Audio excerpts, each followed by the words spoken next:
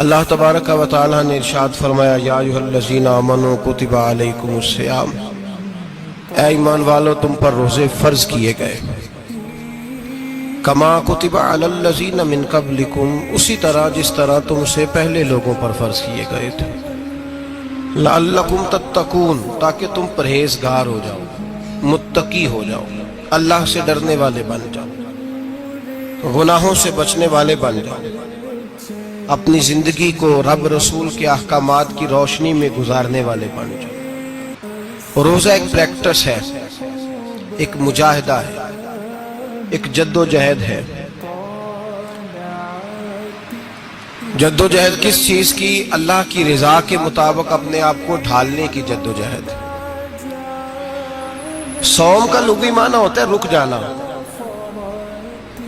حلال رزق سامنے پڑا ہے، حلال مشروب سامنے پڑا ہے، حلال رشتہ بیوی کا موجود ہے، لیکن ان سب چیزوں سے حالت روزہ میں رکنا، اللہ کی رضا کے لیے رکنا، اس کا نام روزہ ہے۔ صوم کا معنی رکنے کے ہیں، پرہیز کرنے کے ہیں، بچنے کے ہیں۔ ہر چیز موجود ہے لیکن اللہ کا حکم نہیں ہے تو لہٰذا کھا نہیں سکتے۔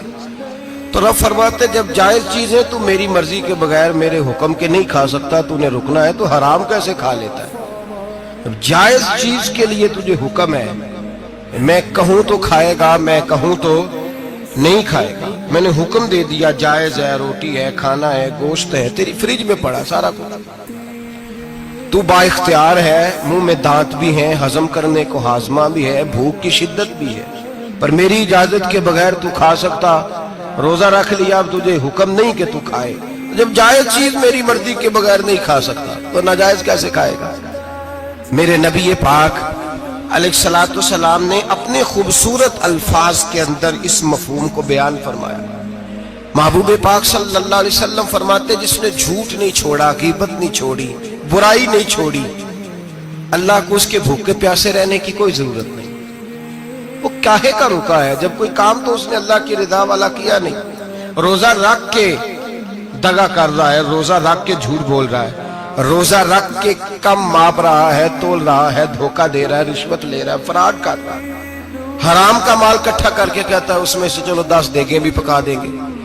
وہ بھائی جو کام اللہ نے تجھے کرنے کو حکم دیا تھا، جب تو وہ بجا ہی نہیں لا رہا، مقصد روزہ ہی تو حاصل، لعلکم تتقون۔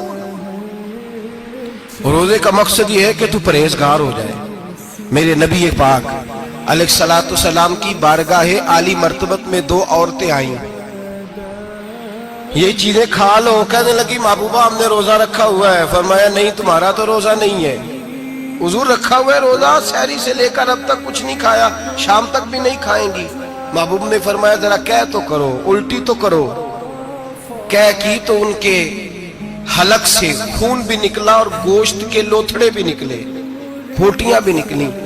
نبی پاک نے فرمایا وہاں بیٹھ کے تم نے اپنے جاننے والوں کی غیبت نہیں کی، چغلی نہیں کھائی؟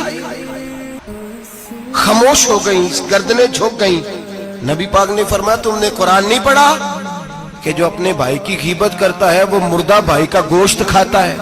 تو گوشت کھا کے بھی تمہارا روزہ رہ گیا ہے۔ کس طرح کا روزہ ہے کہ صاحب روزہ رکھ کے نہ رکھنے والوں پہ تنقید کر رہے ہیں؟